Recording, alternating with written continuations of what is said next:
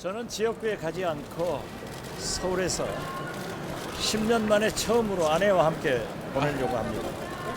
그리고 여러 가지 구상도 하고 또 만나실 분도 좀 만나는 그런 일정을 가지고 있습니다. 손학규 대표님 만나실 건가요, 이번 연휴에?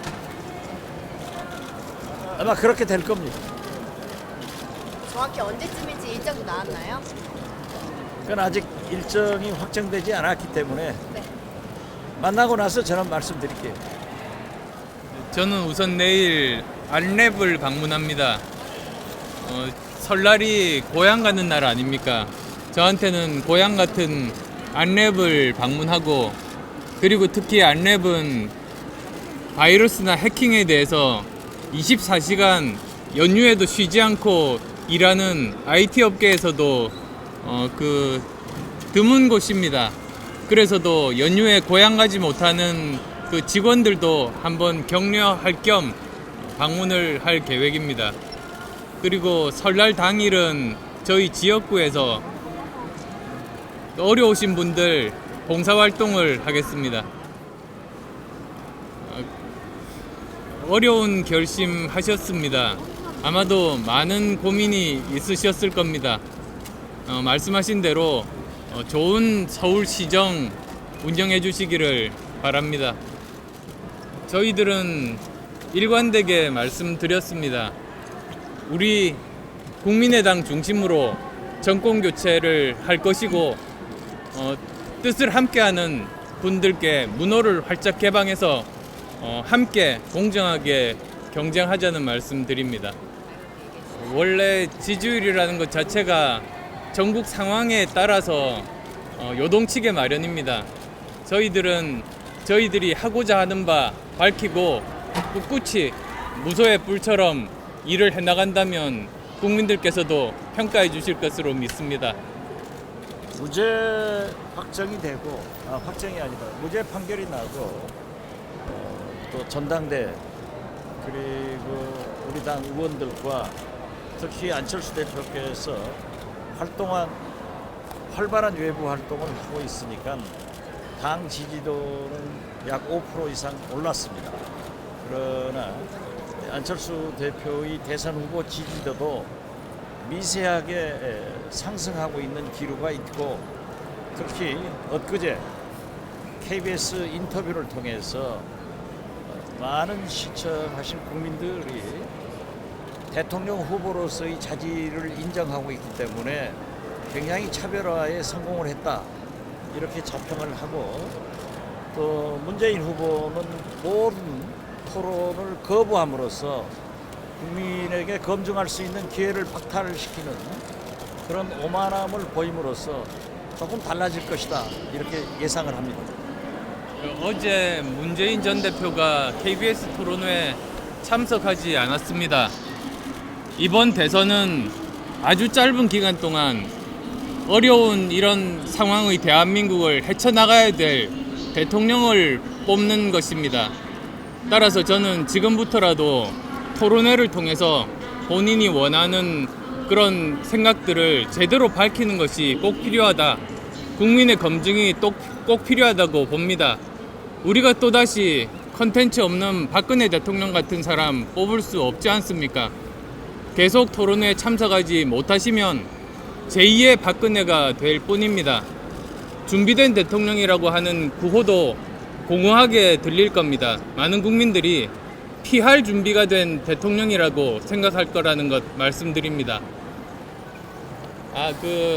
이제 문재인 전 대표가 12개월 군복무 공약을 이제 말씀하셨습니다. 거기에 따라서 그건 국방력에 대한 고려나 또는 그 출산율 저하에 대한 인구에 대한 고려 없이 단순히 표를 얻기 위한 파퓰리즘 공약이라고 제가 말씀드린 바 있습니다. 그런데 거기에 대해서 뭐라고 말씀을 하셨었죠? 제대로 경험하지 못했다? 제대로 경험하지 못한 것 같다고 말씀을 하셨는데요. 그러면 그 말은 무슨 뜻이냐면 나는 군대 가서 고생하고 정말 그 나쁜 기억을 가지고 있으니까 군 복무 기간을 축소해야 된다. 그 말밖에 되지 않습니다. 그건 국가 지도자를 꿈꾸는 사람으로서 정말로 적절치 못한 것이라고 봅니다. 그리고 또 사실관계도 다릅니다. 저는 39개월 군 복무를 해서 문 전 대표보다 더 오래 군 생활을 했습니다. 그건 사실에 근거하지 않은 네거티브에 불과합니다. 지금 국회 2월 국회가 대단히 중요합니다. 2월 국회가 대한민국의 미래를 결정할 수 있는 그런 중요한 국회임에도 불구하고 제1당인 더불어민주당과 제2당인 새누리당이 지금 국회에서 개혁 입법을 추진하고자 하는 마음이 전혀 없습니다. 오직 대통령 선거에만 혈안이 되어 있기 때문에 우리 국민의당에서 계속적으로 24개의 법안을 가지고 어제도 만나서 늦게까지 했습니다만은 결국 또 결렬이 됐습니다. 그래서 제가 2월 초에 4당 원내대표 회담을 제안을 해놓고 있습니다. 그래서 원내대표 회담에 꼭 좀 나오셔서 가능한 법안이라도 통과됐으면 좋겠다 이렇게 생각하고, 서비스 발전 특별법과 노동사법 중에서 3법은 새누리당이 지금도 반대하고 있습니다. 정부가 해달라고 함에도 불구하고 새누리당이 막무가내로 반대를 하고 있어가지고 입법 통과가 좀 어렵게 되어 있습니다. 어쨌든 오늘 박원순 지금 현 서울특별시장께서 불출마 선언을 하셨는데, 저는 대단히 훌륭한 후보가 이렇게 불출마 선언을 한 것에 대해서 더불어민주당으로서는 큰 손실이다고 생각합니다. 서울시정을 6년간 경험을 하셨고 또 도덕적으로도 흠결이 없으신, 아이디어도 참 많으신 분인데, 저는 이렇게 불출마 선언을 갑자기 한 것에 대해서 무슨 이유에서인지 상당히 걱정스럽고, 민주당의 소위 보이지 않는 이 패권주의 때문에 이렇게 내려놓지 않았나 이런 생각이 들면서 아쉽게 생각하고, 개인적으로 바람이 있다면 우리 당으로 오셔서 우리 당의 대선 승리에 기여를 해주셨으면 좋겠다, 그런 생각을 갖고 있습니다. 박원순 시장의 불출마 선언은 결국 친문 패권의 산성을 넘지 못했다. 그래서 이 시대 정신인 패권주의 청산에 앞장섰던 박원순 시장의 불출마 선언을 못내 아쉽게 생각합니다.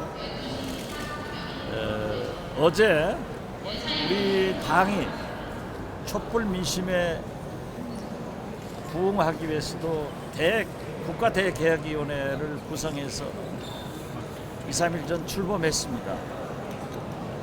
어제 최고회의에서 우리 최고위원 한 분도 국가대개혁위원회 공동위원장으로 참여를 했으면 좋겠다 하는 의견이 있어서 어제 정동영 국가대개혁위원장과 협의를 해서 문병호 최고위원이 국가대개혁위원회 공동위원장으로 최고위에서 의결을 하도록 하겠습니다. 이미 협의가 된 거기 때문에 말씀을 드리고, 무엇보다도 가장 중요한 것은 국가대개혁위원회가 성공적으로 모든 것을 깔아줘야 되기 때문에 우리 정동영 위원장의 신년 각오를 한번 들어보시도록 하겠습니다. 예, 올해는 대통령을 뽑는 해기도 하지만 국가 대개혁의 해라고 생각합니다.